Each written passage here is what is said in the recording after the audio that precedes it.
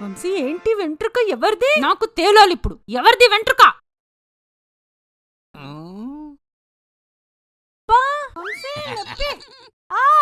ఈ ఎంటిక నీ తలకాయకి అతుక్కని ఉన్నది కదా, గనుకని అది నీదే అయి ఉంటదని నా అభిప్రాయం రాధిక. నువ్వేమంటావు? నీ ఒపీనియన్ ఏందో? నాకు తెలుసు, నా తల కంటుకుంటే నాదే. తెలివి ప్రదర్శించక పని చూసుకో. హాయ్ ఫ్రెండ్స్, మీరు ఇంగ్లీష్ ని మరింత ఈజీగా ఎలా నేర్చుకోవాలంటే వంశీ వంశీ నేను వీడియో చేస్తున్నాను. నువ్వేంటి డిస్టర్బ్ ఇంగ్లీష్ వచ్చా? వచ్చు. ఏంటంటే ఇప్పుడు గైతి చెప్పు. ఇంగ్లీష్ లా కూరగాయల మోకాల్ని ఏమంటారు? ఒక్కటే వర్డ్ లో చెప్పాలి. ఏంటి పెద్దయినా చిన్నైనా మోకాలని మోకాలంటారు పో.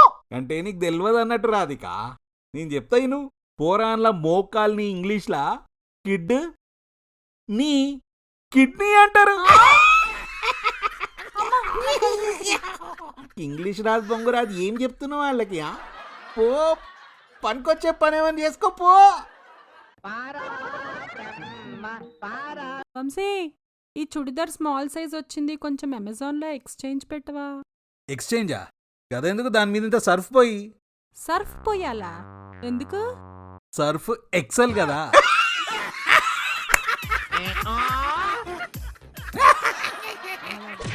ఎక్స్చేంజ్ పెట్టుపా.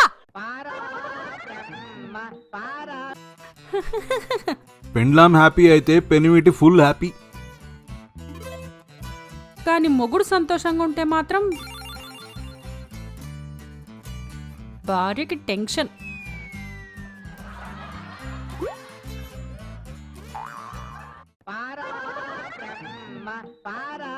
వంశీ, ఏంది తాంగం? నువ్వు నన్ను రాత్రి నిద్రలో తన్నావు తెలుసా?